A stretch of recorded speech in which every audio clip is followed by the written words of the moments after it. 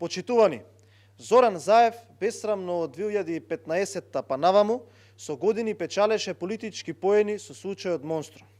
Со јавни изјави ширеше лаги дека лицата обвинети и осудени за убиството кај Смилковското езеро лежат во затвор невини, шпекулираше дека имал бомби кои ќе откриеле страшна вистина, манипулираше дека власта стоела за цвирепото убиство, валкаше имиња и на крајот си поигруваше со судбината на жртвите и нивните семејства.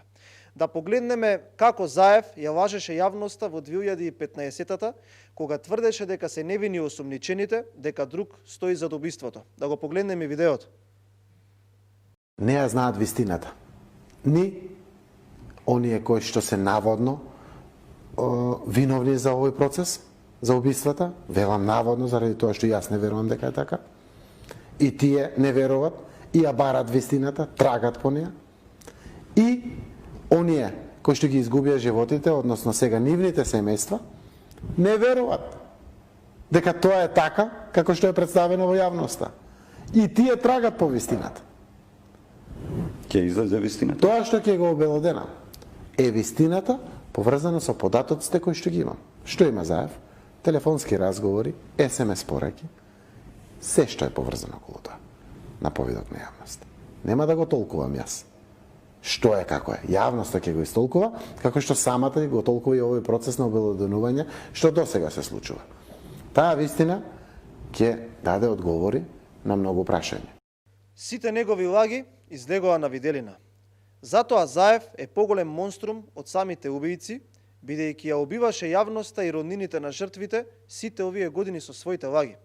Тој уште без срам, денес во својот добро познат стил, кажувам, негирам, заборавам, одрекува дека ширел токсични лаги во јавноста сите овие години. Бесрамно. И не само за случајот со грозоморното убиство кај Смилковското езеро.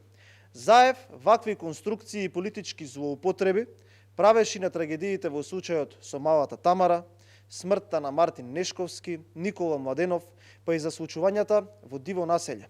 Целта е јасна. Систематски да ја убива вистината и да шири магла во јавноста со цел политички да профитира од нечија судбина. Во меѓувреме, како по правило додека Заев шири лаги, ниту еден од случаите нема разрешница или пак вистината излегува на виделина. Но штетата е огромна, бидејќи виновниците бегаат од правдата како во случајот со Нешковски. Македонија си има работа со Заев кој е патолошки лажго, кој преку трагичните судбини градеше кариера и печалеше политички поени. За овие негови лаги и конструкции еден ден мора да одговара. Ви благодарам.